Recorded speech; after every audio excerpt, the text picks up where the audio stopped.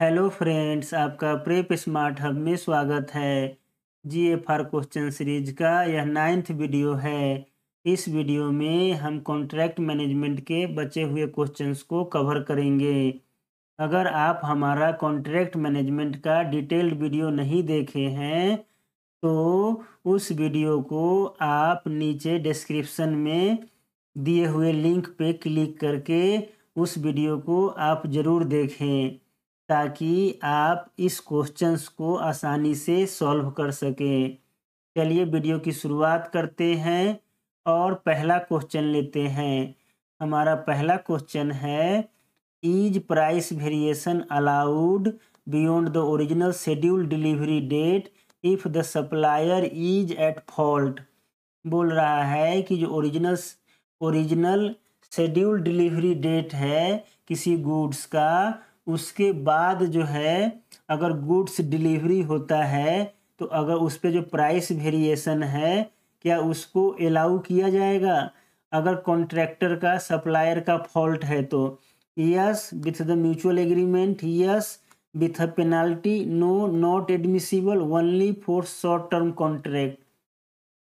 तो इसका आंसर होगा सी, नो नॉट एडमिसिबल। जब सप्लायर का फॉल्ट होगा और उस वजह से जो है जो डिलीवरी डेट था उस पर अगर गुड्स डिलीवर नहीं करता है और उसके बाद में करेगा तो प्राइस वेरिएशन अलाउ नहीं किया जाएगा। तो इसका जो आंसर है वो सी हो जाएगा। ठीक है, अगला क्वेश्चन लेते हैं। Under what conditions can price variation be allowed beyond the original schedule delivery date. अभी क्या पढ़ रहे थे कि बियॉन्ड शेड्यूल डिलीवरी डेट जो है प्राइस वेरिएशन अलाउ नहीं किया जाएगा, लेकिन किस कंडीशन में अलाउ किया जा सकता है ये हमारा दूसरा क्वेश्चन है। तो क्या होगा, due to inflation only, inflation के केस में करेंगे। If the supplier demands it, अगर सप्लाई इसका डिमांड करता है तब करेंगे। Through contract amendment in case of force majeure और गवर्नमेंट डिफॉल्ट, तो इसी केस में करते हैं जब गवर्नमेंट के पार्ट पे कोई डिफॉल्ट होगा या जो है फोर्स मेज्योर हो जाएगा, फोर्स में जो भूकंप आ गया, बाढ़ आ गया, ठीक है, अनफोर्सिन सर्कमस्टांसेज आ गया, तो उस केस में प्राइस वेरिएशन अलाउ किया जा सकता है। तो इसका आंसर क्या हो जाएगा, इसका आंसर हो जाएगा सी। ठीक है, अगला क्वेश्चन लेते हैं। हमारा अगला क्वेश्चन क्या है, what should be clearly specified in contract involving imported और लोकली मैन्युफैक्चर्ड गुड्स। बोल रहा है कि ऐसा कॉन्ट्रैक्ट जिसमें इम्पोर्टेड और लोकली मैन्युफैक्चर्ड गुड्स इन्वॉल्व है तो उस कॉन्ट्रैक्ट में क्या क्लियरली स्पेसिफाइड करना पड़ेगा। Expected delivery date, name of supplier's country, percentage of duties, taxes and foreign exchange rates considered in pricing. तो यही आंसर होगा। चाहे माल जो है इंपोर्ट करे या लोकली मैन्युफैक्चर्ड गुड्स हो, उसमें जो है ना कितना ड्यूटी लग रहा है, कितना टैक्सेज लग रहा है, कितना परसेंटेज जो है उसका, वो सारा चीज़ें इसमें मेंशन करना पड़ेगा कॉन्ट्रैक्ट में। जैसे जीएसटी वगैरह लगता है तो कॉन्ट्रैक्ट में लिखा होता है इंक्लूडिंग 18% जीएसटी। ठीक है, तो आंसर हमारा क्या हो जाएगा, आंसर हमारा हो जाएगा सी। ठीक है, आगे बढ़ते हैं और अगला क्वेश्चन लेते हैं। हमारा अगला क्वेश्चन है, when is entering into a lump sum contract acceptable. Lump sum contract ऐसे एक्सेप्टेबल नहीं होता है, लेकिन किस केस में लमसम कॉन्ट्रैक्ट मतलब हुंडा हुंडी कॉन्ट्रैक्ट जो है एक्सेप्टेबल होगा।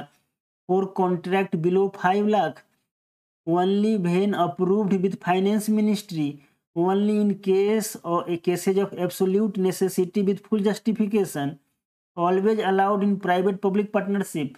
तो हमारा आंसर क्या हो जाएगा, सी हो जाएगा, only in cases of absolute necessity with full justification. जहां इसकी बहुत अधिक आवश्यकता है वहाँ फुल जस्टिफिकेशन दे करके लमसम कॉन्ट्रैक्ट कर सकते हैं। तो जो हमारा आंसर होगा वो क्या होगा, सी होगा। आगे बढ़ते हैं, अगला क्वेश्चन लेते हैं। हमारा अगला क्वेश्चन है, what should be included in contract where government property is given to a contractor. बोल रहा है कि कॉन्ट्रैक्ट में क्या इंक्लूड करना चाहिए जहां गवर्नमेंट प्रॉपर्टी जो है कॉन्ट्रैक्टर को दिया जाता है यूज करने के लिए। No extra clauses are needed, कोई एक्स्ट्रा क्लॉजेज डालने की जरूरत नहीं होगी। Provisions for insurance and regular recovery of hire charges या अ फ्लैट रेट डिस्काउंट या a clause for bonus payment. तो हमारा आंसर होगा बी, प्रोविजन डालेंगे इंश्योरेंस का और regular recovery of hire charges का।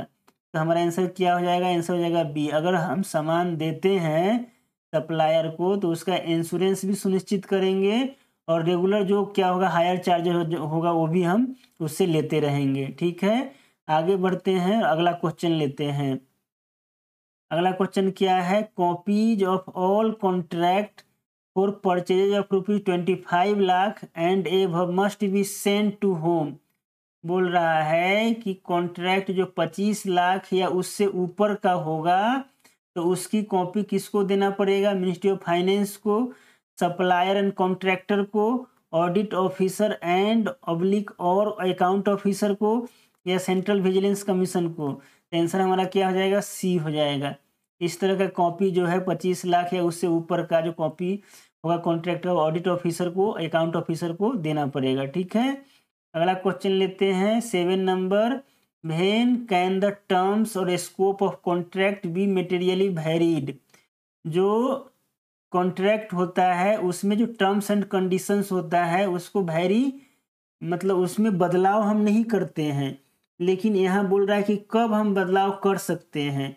Any time during execution if the contractor agrees verbally only when unavoidable with financial impact examined and approved by the competent authority। तो ये answer हमारा क्या हो जाएगा? सी हो जाएगा। वो तभी करेंगे जब अनअवॉइडेबल सिचुएशन होगा, यानी फोर्स मेजर वगैरह हो गया और उसका जो फाइनेंशियल इम्पैक्ट होगा उसको एग्जामिन करेंगे और कॉम्पिटेंट अथॉरिटी को अप्रूव करना पड़ेगा। ठीक है, तो आंसर क्या हो जाएगा? सी हो जाएगा। ठीक है, terms and condition generally very नहीं होता है, लेकिन कब वेरी होगा? अनअवॉइडेबल सिचुएशन में वेरी कर सकते हैं। अगला क्वेश्चन लेते हैं। व्हेन शुड डिलीवरी या completion date extensions normally be allowed. कब जो है जो डिलीवरी डेट है शेड्यूल डिलीवरी डेट उसका एक्सटेंशन हम अलाउ कर सकते हैं। Whenever the supplier request, जब सप्लायर बोलेगा तब कर देंगे। Only when the price variation applies, तब कर देंगे। Only in cases of force majeure और if allowed by contract terms for project over 1 crore. तो हमारा जो आंसर होगा वो सी होगा। ओनली फोर्स मेजोर के केस में क्या करेंगे? जो शेड्यूल डिलीवरी डेट है उसको उसमें एक्सटेंशन दे सकते हैं, ये और या जो कॉन्ट्रैक्टर में इस तरह का जो टर्म्स एंड कंडीशंस मेंशन है तो दे सकते हैं। तो हमारा आंसर क्या हो जाएगा? हमारा आंसर हो जाएगा सी। अगला क्वेश्चन लेते हैं। हमारा अगला क्वेश्चन है what must be included in all contract to address contractor default. बोल रहा है कि कॉन्ट्रैक्ट में क्या इंक्लूड करना क्या है बहुत ज़रूरी है। ठीक है, क्या करने के लिए? एड्रेस कॉन्ट्रैक्टर डिफॉल्ट, यानी कॉन्ट्रैक्टर के डिफॉल्ट को रोकने के लिए जो है क्या चीज़ डालना पड़ेगा? तो इंसेंटिव बोनस डालना पड़ेगा या लिक्विडेटेड डैमेज क्लॉज डालना पड़ेगा, आर्बिट्रेशन क्लॉज डालना पड़ेगा या गवर्नमेंट सब्सिडी क्लॉज डालना पड़ेगा। तो आंसर होगा बी, लिक्विडेटेड डैमेज क्लॉज डालना पड़ता है। जितना वो डिले करेगा उसके हिसाब से उसके ऊपर पेनाल्टी लगेगा। ठीक है, तो अगला क्वेश्चन लेते हैं। जो हमारा अगला क्वेश्चन है वो क्या है? What is the time limit for a contractor to raise a claim for payment under a contract. बोल रहा है कि मैक्सिमम टाइम लिमिट क्या है कॉन्ट्रैक्टर को अपना पेमेंट या क्लेम जो है पेमेंट को रेज करने का जो मैक्सिमम टाइम लिमिट है वो कितना है, जिसके बाद वो फिर क्लेम नहीं कर सकता है पैसा? 6 मंथ है, 1 ईयर है, 3 ईयर है, 5 ईयर है। तो आंसर होगा 3 ईयर। 3 ईयर्स तक जो है क्या कर सकते हैं कॉन्ट्रैक्टर जो है क्या कर सकता है अपना पेमेंट का क्लेम रेज कर सकता है। 3 ईयर्स के बाद वो फॉरफिट हो जाएगा। ठीक है, अगला क्वेश्चन लेते हैं। What is the first step when A breach of contract provision is noticed.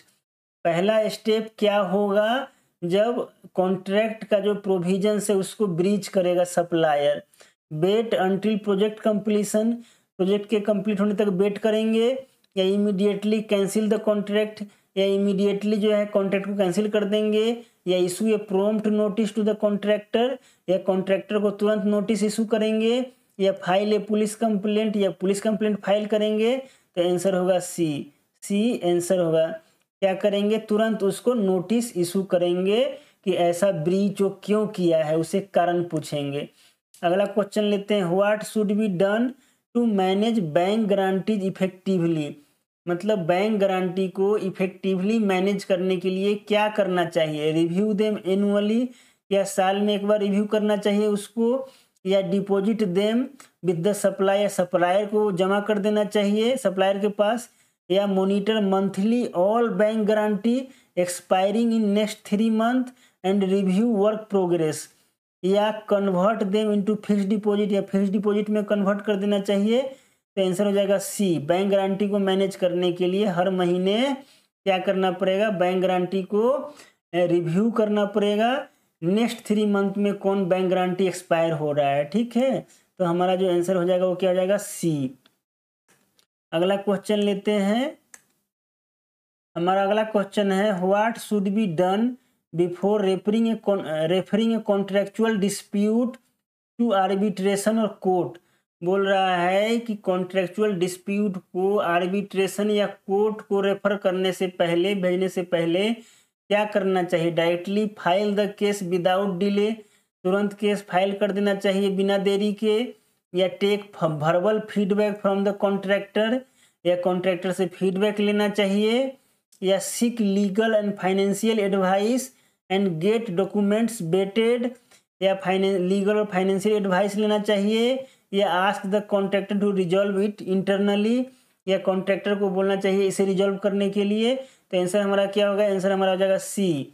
बोल रहा है कि कोई कॉन्ट्रेक्चुअल डिस्प्यूट है तो कोर्ट जाने से पहले क्या करना पड़ेगा, हमें लीगल एडवाइस लेना पड़ेगा, फाइनेंशियल एडवाइस लेना पड़ेगा, और जो डॉक्यूमेंट है उसको वेट कराना पड़ेगा। तो आंसर क्या हो जाएगा, आंसर हो जाएगा सी।